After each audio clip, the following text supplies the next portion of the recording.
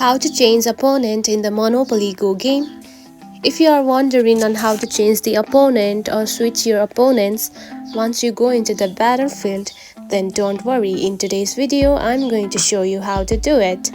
So let's get started. First of all, open the Monopoly Go game. Now here you can see something like this on your home screen. Now the only way to change your opponent is to land on the train section, which is right here. For that, simply keep on playing the dice, just like this, and hopefully you will land on the train, just like this.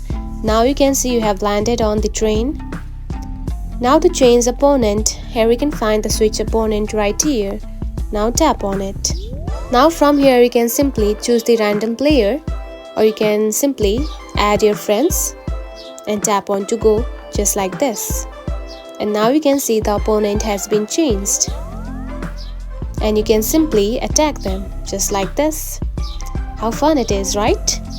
And that's it. This is how you can change opponent in the Monopoly Go game. If you found this video helpful, don't forget to like and subscribe for more tips. Thanks for watching.